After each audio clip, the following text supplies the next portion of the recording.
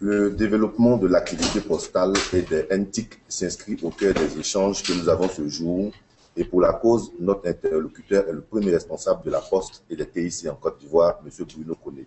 Bonjour, Monsieur le ministre. Bonjour. Merci de nous recevoir. Merci. Notre toute première question est de savoir quel est l'état des lieux des TIC en Côte d'Ivoire. Je voudrais commencer par vous remercier pour l'opportunité que vous nous donnez aujourd'hui de nous exprimer sur la situation des TIC en Côte d'Ivoire, de présenter cette situation au monde entier, puisque là nous sommes dans un exercice qui consiste à parler à tous ceux qui ont un accès à Internet. Et j'en profite aussi pour vous féliciter, pour féliciter Abidjan.net pour le travail remarquable qui est fait depuis quelques années dans le sens de la vulgarisation des services TIC et dans le sens du développement de ces services en Côte d'Ivoire. Pour répondre à votre question, je dirais que la situation en Côte d'Ivoire est relativement contrastante. Nous avons des points que je qualifierais de positifs. Ces points positifs, c'est en particulier un taux de pénétration très important, puisque nous sommes aujourd'hui à pratiquement 18 millions de cartes SIM en Côte d'Ivoire pour une population qui est estimée à 24 millions. Donc ça fait un taux de pénétration qui est de l'ordre de 75%, comparé au taux global en Afrique. On peut considérer que c'est une réussite, c'est un taux satisfaisant.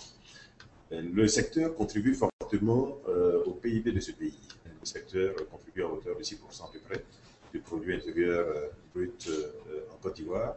Ce secteur est un gros contributeur au budget de l'État. Il faut le signaler. Ce secteur emploie beaucoup de monde.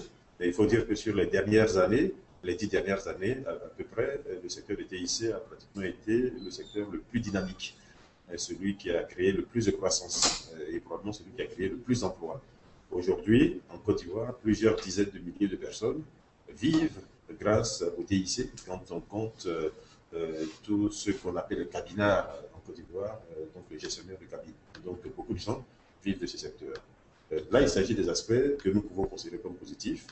Et à côté de cela, il y a des aspects qui, à mes yeux, sont insuffisants. Le premier, c'est le très faible taux de pénétration du haut débit. Parce que vous le savez, le haut débit, aujourd'hui, devient une denrée essentielle dans le monde entier.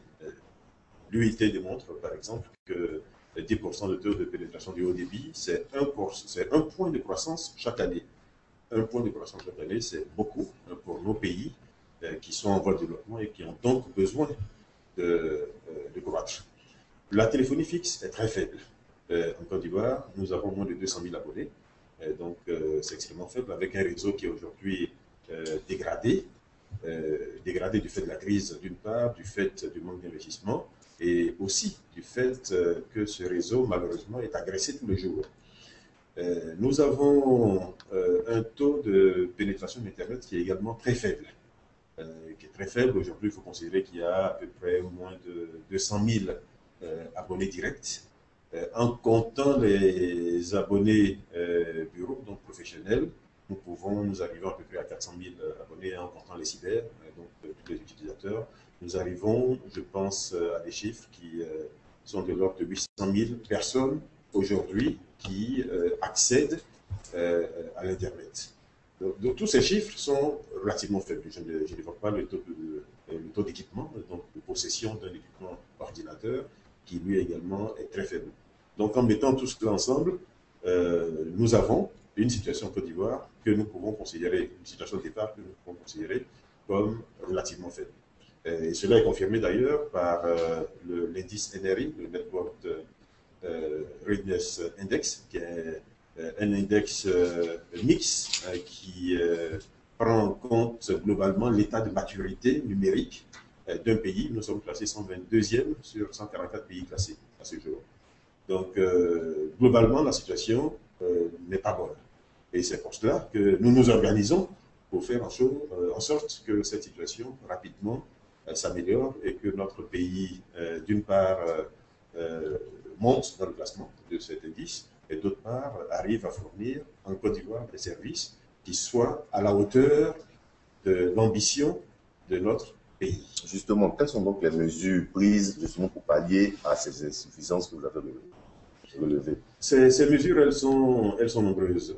Ces mesures, je dois dire qu'elles sont, pour nous, elles sont déduites directement de l'ambition du chef de l'État de faire de la Côte d'Ivoire un pays émergent en 2020. Pour nous, c'est clairement cela notre feuille de route. Parce que être un pays émergent répond à un certain nombre de conditionnalités. Il faut réduire la pauvreté dans notre pays, faire en sorte que un maximum d'Ivoiriens aient un emploi. Il faut réduire le taux d'analphabétisme. Il faut faire en sorte que l'État lui-même soit un État performant. Donc les TIC, par le fait qu'ils apportent la transparence, ils apportent la traçabilité, etc., peuvent fortement aider à créer cet État performant. Il faut que nous fassions davantage le plan de la démocratie. Les TIC peuvent là aussi aider, etc., etc.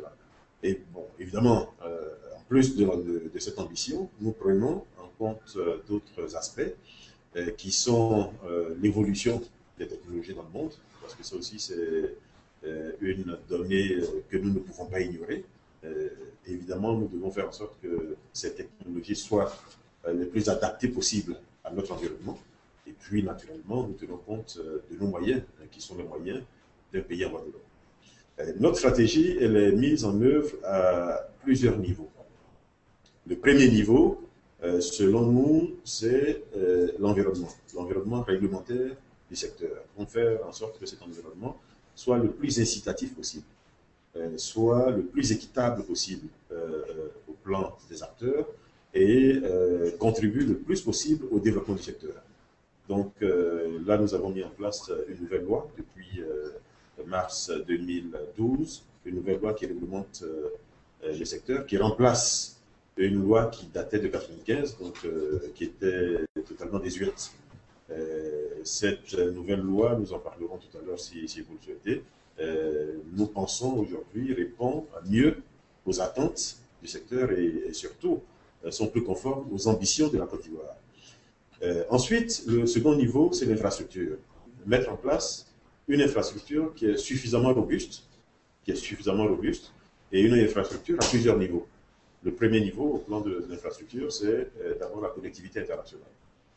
À ce niveau, nous sommes, je dois dire, aidés par le secteur privé, qui est, je dois dire aussi, très important dans notre secteur. Nous nous appuyons fortement sur le secteur privé, donc qui aujourd'hui complète à 3 câbles internationaux cette connectivité internationale. Nous avions un câble qui était SAT3, et aujourd'hui nous en avons 2 de plus. Le câble WAX avec le consortium MTN et le câble ACE avec le consortium Orange. C'est une multiplication pratiquement par 40 de la capacité qui existe dans notre pays. Le second niveau au plan infrastructure, c'est la création d'un backbone national en fibre optique, un backbone national en fibre optique qui sera le plus étendu possible. Notre objectif est de faire en sorte que tous les chefs-lieux de département et toutes les sous-préfectures soient à terme connectés à ce backbone national. Et en plus de ce backbone national, nous mettons en place une solution satellitaire donc qui permettra de couvrir la totalité du pays et en particulier les villages. Les villages, donc les zones les plus reculées, faire en sorte que dans chacun de ces villages, il puisse y avoir quelques équipements qui permettent aux personnes qui vivent là de se connecter et d'avoir accès aux services TIC. En plus de l'infrastructure, nous faisons en sorte que les services TIC soient vulgarisés. Donc, le maximum de personnes vivant en Côte d'Ivoire aient accès à ces services-là. Donc, là aussi, nous avons une stratégie à plusieurs niveaux. Donc, premièrement, faire en sorte que l'État lui-même soit utilisateur des services TIC. Parce que l'État peut impulser, l'État peut faire en sorte que les populations, que les citoyens aient recours plus facilement aux services TIC. Donc, nous avons lancé le projet eGouv, dont nous pourrons reparler tout à l'heure, qui a un volet qui consiste à faciliter le travail de l'État, mais qui a surtout un volet qui consiste à fournir dans les meilleures conditions possibles, des services aux populations. Dans cet aspect vulgarisation, nous avons également l'accès à l'ordinateur individuel ou personnel. Donc là, nous avons un plan qui consistera, avant le terme du mandat du chef de l'État, à faire en sorte que 500 000 familles en Côte d'Ivoire aient accès, aient la capacité d'avoir un ordinateur et une connexion Internet. Donc là, nous sommes sur un appel d'offres qui est en train d'être lancé pour une première tranche de 50 000 à 100 000 unités d'ordinateurs. Et nous sommes en train de faire en sorte justement que la personne qui gagnera cet appel d'offres soit capable d'installer en Côte d'Ivoire une unité de montage. Et c'est pour cela que nous partons avec cette quantité qui est un minimum pour permettre la création en Côte d'Ivoire d'une unité de montage. Ok, permettez que je rebondisse sur la question de la vulgarisation de l'Internet. Est-ce qu'il y aura aussi une action menée à l'endroit des populations rurales? Bien sûr, j'ai évoqué tout à l'heure la couverture satellitaire qui va compléter le backbone national en fibre optique. Donc, cette couverture satellitaire va permettre de connecter 3 000 à 5 000 villages. 3 000 villages aujourd'hui, c'est déjà sûr, parce que nous avons pris l'assurance que ces 3 000 villages avaient le minimum de commodité qui permettait la mise en place, justement, d'un petit cybercentre. Quelques postes d'ordinateur, une connexion Internet, même à bas débit, un fax, etc. Donc vraiment une infrastructure légère, mais qui permet aux villageois justement de pouvoir accéder aux services TIC. Donc cette offre complète, évidemment, l'offre dont je parlais tantôt, qui est celle de l'acquisition d'un ordinateur individuel. Donc à côté de l'acquisition d'un ordinateur individuel, il y a cet aspect accès communautaire que nous ne négligeons pas du tout. Nous savons que c'est important et donc nous y travaillons évidemment. Dans cet aspect vulgarisation, nous devons faire en sorte également que l'équipement terminal soit le moins coûteux possible pour l'acheteur. Et là, nous envisageons à terme, peut-être pas cette année, parce que la loi de finances est déjà passée, mais faire en sorte que l'équipement terminal puisse être défiscalisé, et dans certains cas, même que l'État subventionne cet équipement. Et vous avez pu voir également que dans cet aspect de vulgarisation, nous avons fait en sorte que l'État décide, depuis cette année, d'introduire dans le système d'enseignement, à partir du primaire, l'enseignement des TIC. C'est extrêmement important, donc les enfants, dès le bas âge, pourront apprendre les TIC. Et nous faisons en sorte également que les TIC aident à l'enseignement, soit une aide à l'enseignement, en particulier au niveau du supérieur. Il faut dire qu'à ce niveau, il y a 3 étapes. Donc la première étape, c'est l'enseignement basique, en particulier aux élèves du primaire. La seconde étape, c'est faire en sorte que tous nos lycées, évidemment nous allons commencer progressivement, mais qu'à terme tous nos lycées aient au minimum une salle multimédia. Nous avons déjà commencé là aussi des opérations pilotes sur toute la Côte d'Ivoire. Et puis le troisième niveau, c'est celui de l'enseignement supérieur, où nous faisons en sorte d'interconnecter tous les établissements d'enseignement supérieur, faire en sorte que tous les établissements aient le Wi-Fi, qu'un enseignant de n'importe quelle université puisse enseigner à des étudiants sur les autres universités. Okay. Monsieur le ministre, vous avez parlé entre autres de la vulgarisation d'Internet, mais aussi des équipements. Est-ce que tout cela va contribuer aujourd'hui à rendre le coût beaucoup plus accessible? Parce que les Ivoiriens ont cette phobie du coût par rapport à Internet. On trouve que c'est excessivement cher. Est-ce qu'aujourd'hui, tout ça va contribuer à rendre Internet un peu moins cher? Internet en Côte d'Ivoire ne cesse pas de baisser de prix. Je pense que l'un des rares produits, si vous regardez autour de vous, l'un des rares produits qui depuis quelques années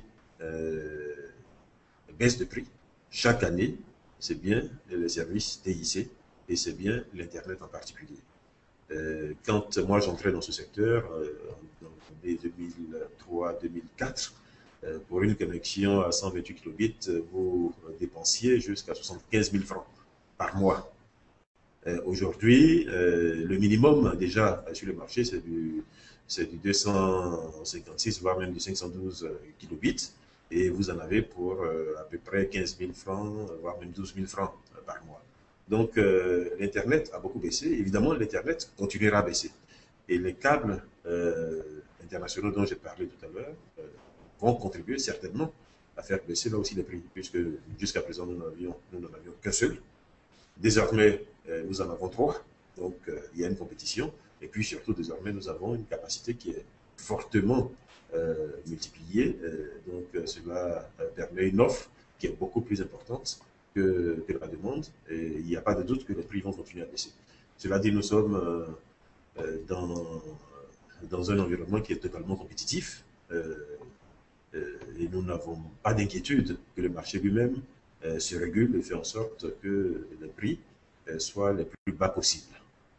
Pour revenir à notre stratégie tout à l'heure, pour compléter ce que j'ai dit, donc le niveau infrastructure, le niveau environnement réglementaire, le niveau vulgarisation, il y a également le niveau capacité, en particulier capacité des ressources humaines, à accompagner l'ambition que nous avons.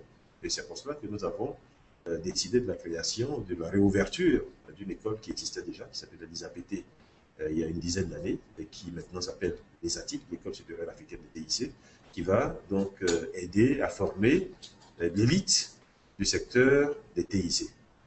Parce que nous avons besoin d'une élite, nous avons besoin de personnes qualifiées pour accompagner cette ambition, parce que cette ambition va nécessiter des personnes pour installer les équipements, des personnes pour maintenir les équipements, des personnes pour former les utilisateurs, pour apporter du soutien aux utilisateurs.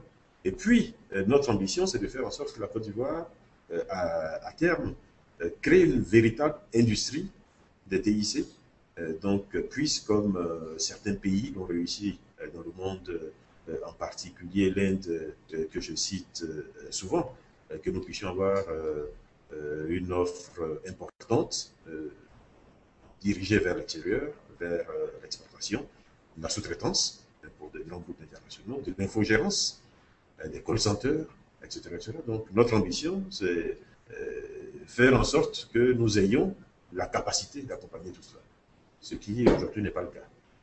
Et j'aimerais qu'on essaie, si vous le permettez bien, d'approfondir un peu le sujet relatif à l'environnement réglementaire. Vous avez parlé un peu plus tôt d'une nouvelle loi qui a été prise. Qu'est-ce qui fondamentalement change? Il y a beaucoup de choses qui changent dans cette nouvelle loi. La première chose qui change et qui est importante à signaler, c'est que cette loi remplace une loi de 1995.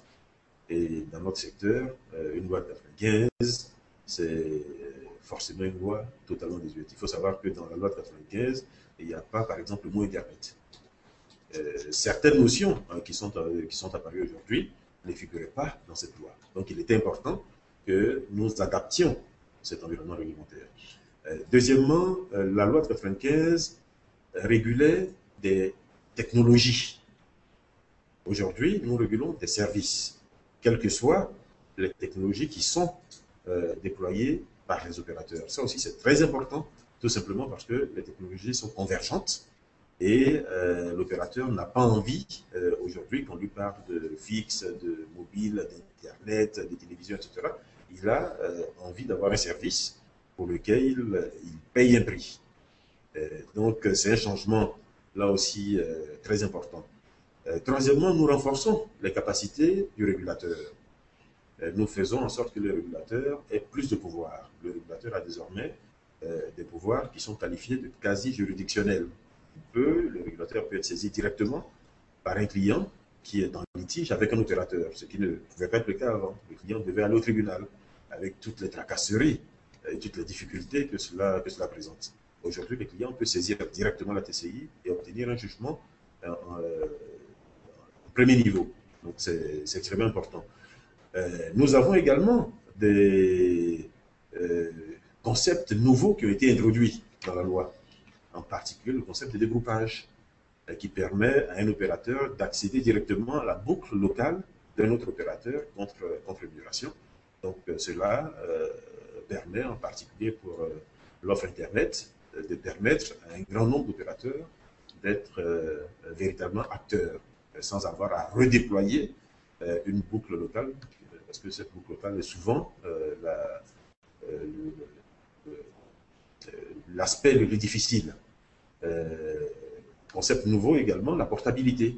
Donc permettre à un client qui a un numéro chez un opérateur d'aller chez un autre opérateur avec le même numéro. Ça n'existait pas. Nous permettons aux associations de consommateurs d'être désormais présentes pratiquement dans le fonctionnement de l'agence de régulation. C'est extrêmement important parce que ça permet d'avoir une voix, la voix de ceux qui utilisent, de ceux qui consomment les services TIC. Et puis, contrairement à avant, nous avons désormais un conseil de régulation. Donc, ce n'est plus une personne, un directeur général qui décide, mais c'est un conseil qui est composé de 7 personnes qui ont des qualifications complémentaires et qui décident sur tous les sujets pour lesquels l'agence est saisie. Je peux continuer parce qu'il y a un grand nombre de changements qui sont apportés par cette nouvelle loi. Je dois dire aussi que cette nouvelle loi permet à la Côte d'Ivoire de se conformer à l'environnement réglementaire sous-régional. Il faut savoir qu'il y a des directives et des actes additionnels qui ont été pris et promulgués par l'UMOA d'une part et par la CEDEAO. Et notre pays devait à un moment ou à un autre faire en sorte que ces textes soient introduits dans son dispositif légal local. Nous avions du retard, en particulier sur ce qui s'appelle le premier paquet télécom, puisque la date limite pour la mise en œuvre de ce premier paquet, c'était 2009. Nous avions un retard relativement important que nous venons de rattraper. Et en ce qui concerne le second paquet télécom, donc qui inclut par exemple la loi sur la cybercriminalité, sur les transactions électroniques, la sécurité des réseaux et systèmes d'information, nous sommes là aussi au stade où nous pensons que dans les prochaines semaines, cette loi pourra être prise. En ce moment, nous serons totalement conformes aux exigences sous-régionales et nous pourrons dire qu'en Côte d'Ivoire, nous avons un secteur réglementaire qui désormais est au meilleur niveau comparé aux autres pays de la sous-région, voire même aux autres pays du monde. Monsieur le ministre, pour rebondir sur les équipements, vous avez initié un projet d'installation de fibre optique. Où est-ce qu'on en est? Mais ce projet, il avance très bien. Notre objectif, comme je l'ai dit tout à l'heure, c'est de faire en sorte que tous les chefs-lieux des départements et toutes les sous-préfectures, à terme, soient connectés par un câble en fibre optique, parce que jusqu'à maintenant, la fibre optique est le meilleur canal de transmission du signal de télécommunication, du signal Internet. Donc, nous n'inventons pas la roue. Nous faisons ce que tous les pays développés aujourd'hui ont déjà fait dans le monde. Donc, à terme, ce sera 6700 km de fibre optique déployée en Côte d'Ivoire. Et nous partons sur deux premières tranches, une de 1400 km qui part de San Pedro jusqu'à Ferké, en passant par Mans et Odiéné, et une seconde bretelle qui part d'Abidjan jusqu'à Bouna. La première bretelle est déjà en construction. Le dernier point qui nous a été fait indique que nous sommes à peu près à 400 km de fibres déjà posées. Et en ce qui concerne la bretelle Est, l'appel d'offres est en cours de lancement. Non, l'appel d'offres a même déjà été lancé. L'adjudicateur est connu. Donc, les travaux devraient pouvoir commencer dans les prochaines semaines. Donc, là aussi, en 2013, nous pensons que ces deux bretelles seront achevées. Et puis, nous allons évidemment poursuivre notre déploiement sur toute la Côte d'Ivoire. C'est un déploiement à 5 niveaux parce que nous essayons d'être raisonnables et de prendre en compte nos capacités financières.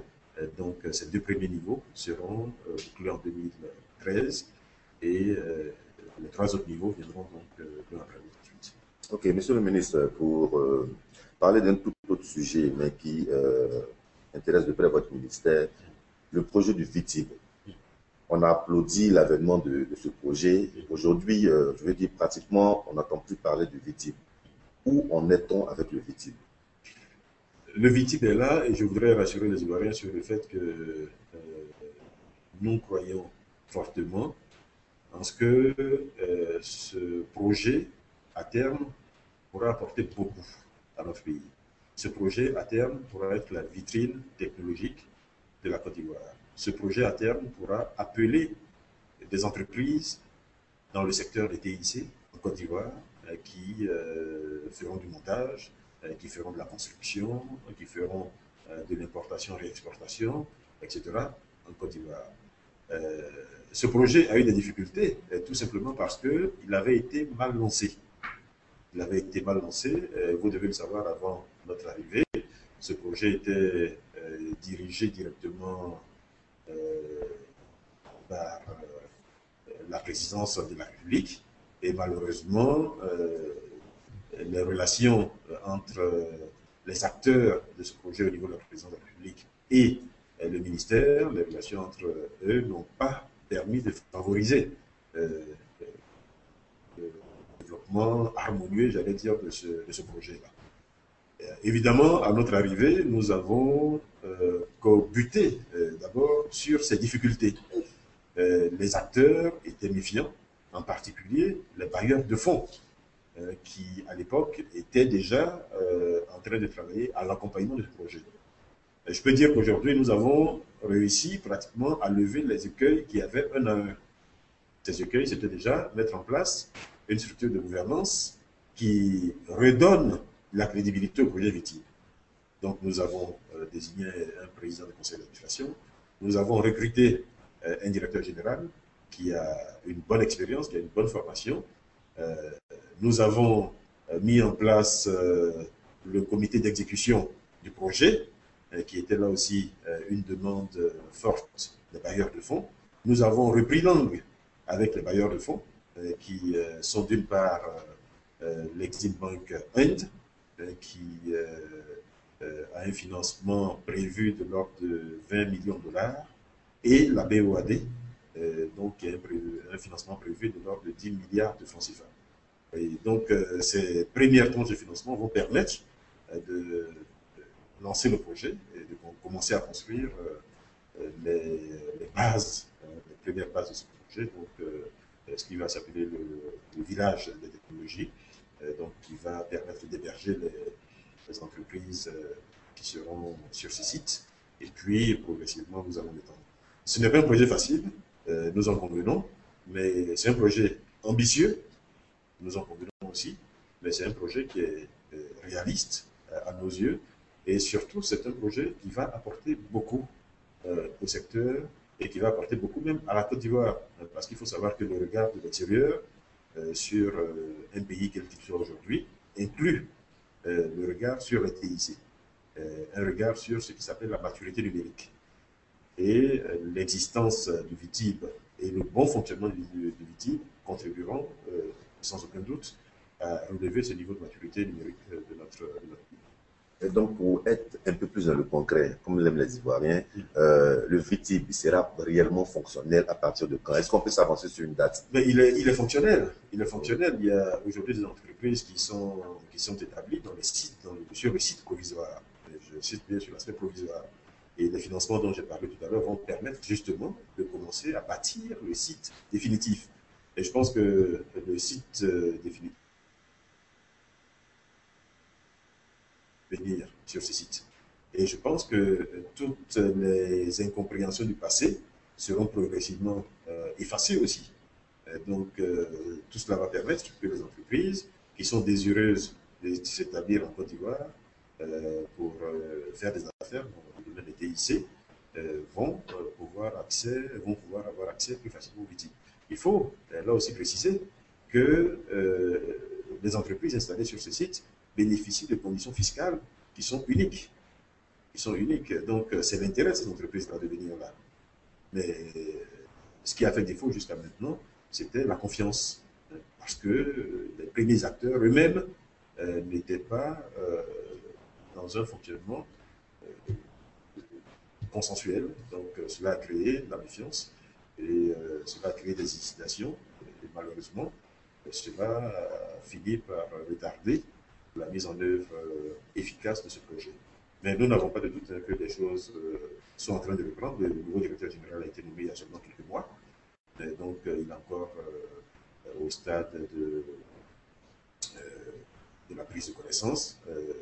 Et il est encore au stade de contact avec les uns et les autres. Et c'est lui qui, en particulier, a repris contact avec les bailleurs de fonds pour relancer les deux projets de financement dont je parlais tout à l'heure. Et aujourd'hui, ces deux projets de financement sont essentiels dans le cadre de la relance de l'activité.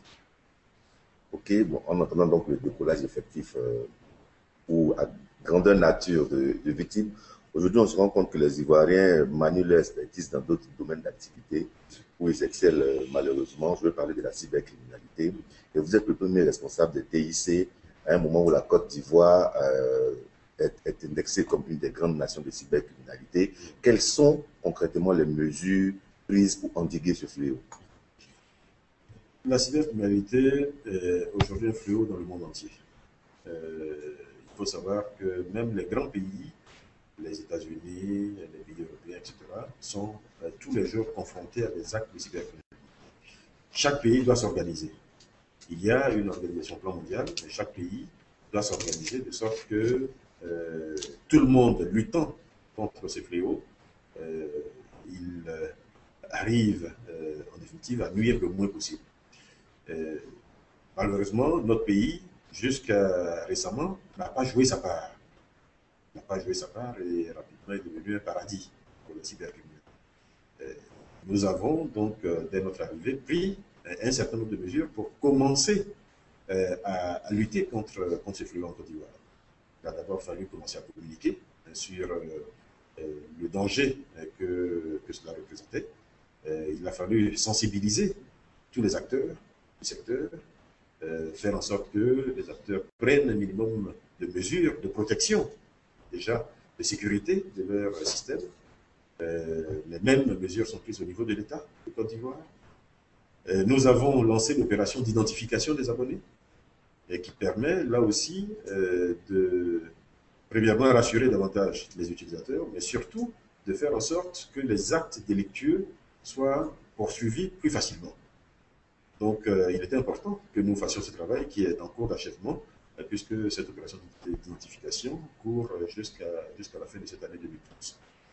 Et ensuite, nous avons pris une loi, je vous ai parlé tout à l'heure du deuxième paquet télécom, que nous sommes en train de mettre en œuvre, donc qui inclut une loi sur la cybercriminalité, le commerce électronique et la sécurité des systèmes d'information.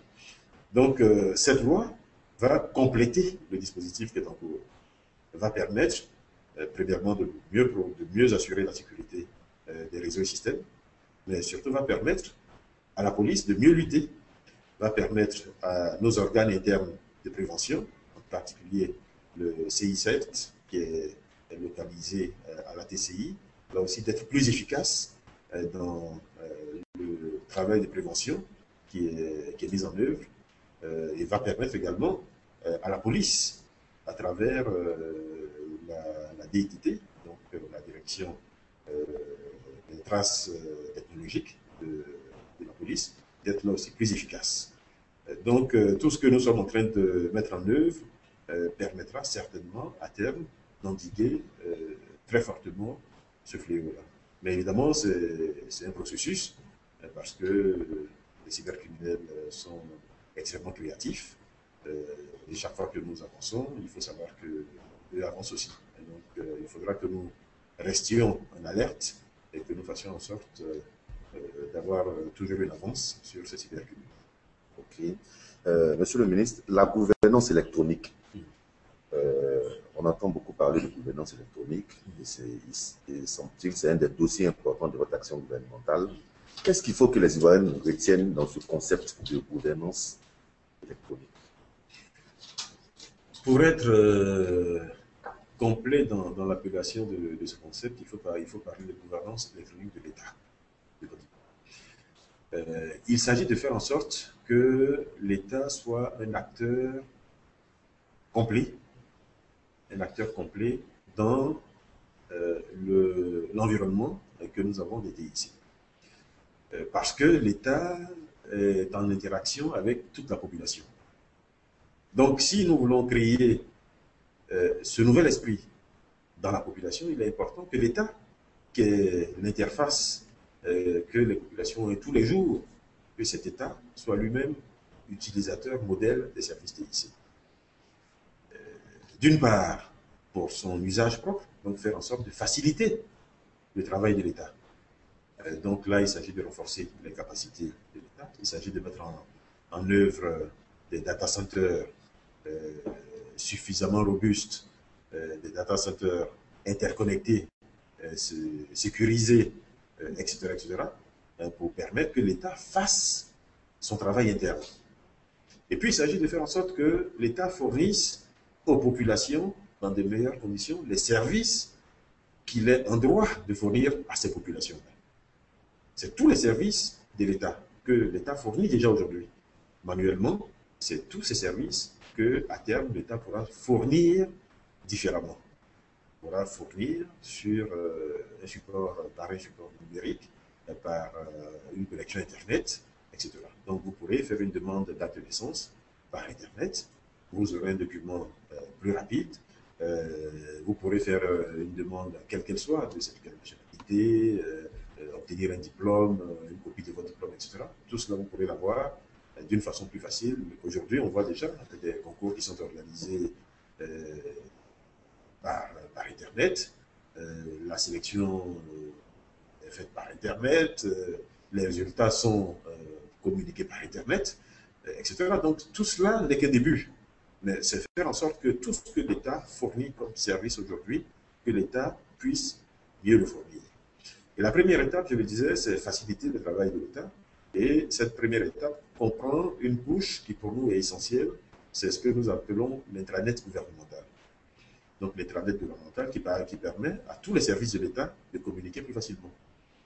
Aujourd'hui, c'est la présidence de la République, c'est la primature, c'est l'ensemble des ministères, et puis à terme, donc dans un deuxième temps, ce sera quelques institutions importantes qui vont être totalement interconnectées. Donc, qui pourront tous les jours communiquer. Toutes les personnes travaillant dans ces services pourront communiquer dans un réseau sécurisé. C'est important, déjà, dans un réseau sécurisé, parce que c'est un réseau interne à l'État. Et surtout, qui pourront avoir accès à des bases de données. Parce que l'idée à terme, c'est d'éviter, pour simplifier la chose, d'éviter de demander plusieurs fois la même chose aux mêmes citoyens. L'État doit pouvoir disposer par lui-même d'informations suffisantes sur tout le monde et d'y accéder quand il en a besoin. Quand on a besoin de savoir le cursus scolaire de quelqu'un, l'État doit pouvoir le savoir. Quand on a besoin de savoir s'il a déjà été en prison, l'État doit être capable de le savoir. S'il a déjà eu des contraventions à la police, l'État doit être capable de savoir. S'il a des maisons, l'État doit être capable de savoir.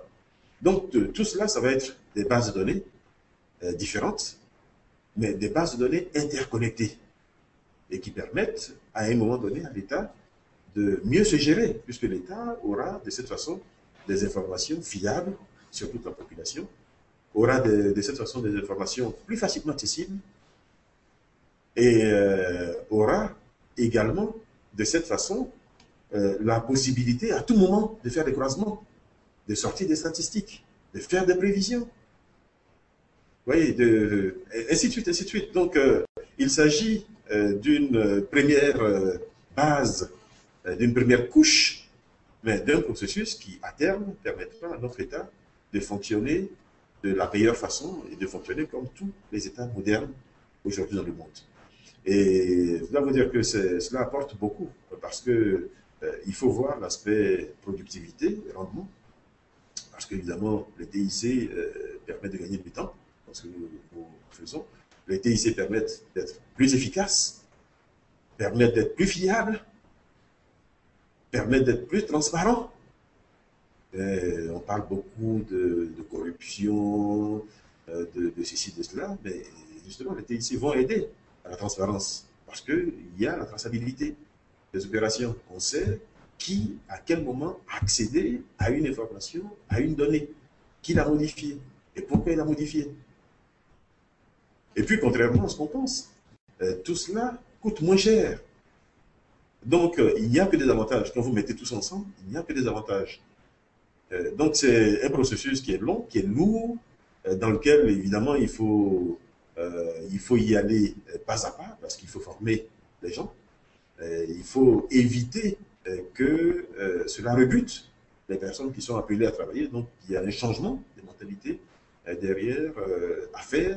Il faut faire en sorte que les gens, progressivement, les acteurs de l'État, j'entends, progressivement se mettent à cette nouvelle façon de travailler et que tout le monde le comprenne de la même façon, parce que je dois dire que dans l'exercice, nous voyons de temps en temps, par exemple, des entités ministérielles qui sont encore un peu jalouses des données qu'elles traitent. Mais il faut bien savoir que l'objectif, ce n'est pas de faire en sorte que tout le monde ait accès à toute l'information, absolument pas. Mais il s'agit de faire en sorte que tout cela soit interconnecté et que les personnes autorisées à accéder à une information à un moment donné puissent y avoir accès. Puissent y avoir accès. Et surtout, que nous n'ayons pas 10 bases de données donnant la même information sous 10 formes différentes. Mais que nous ayons, pour une information donnée, la possibilité d'y accéder en une fois, en un clic, quelle que soit la base de données où elle se trouve. Et de façon totalement juste, correcte, fiable, etc. C'est extrêmement important. Et dans la mise en place justement de ce projet de gouvernance électronique de l'État, qu'est-ce qui a été fait? À ce stade, comme je l'ai dit, nous avons commencé par l'intranet gouvernemental. Donc, au jour d'aujourd'hui, nous avons déjà terminé la partie infrastructure. Donc, aujourd'hui, tous les sites de l'État concernés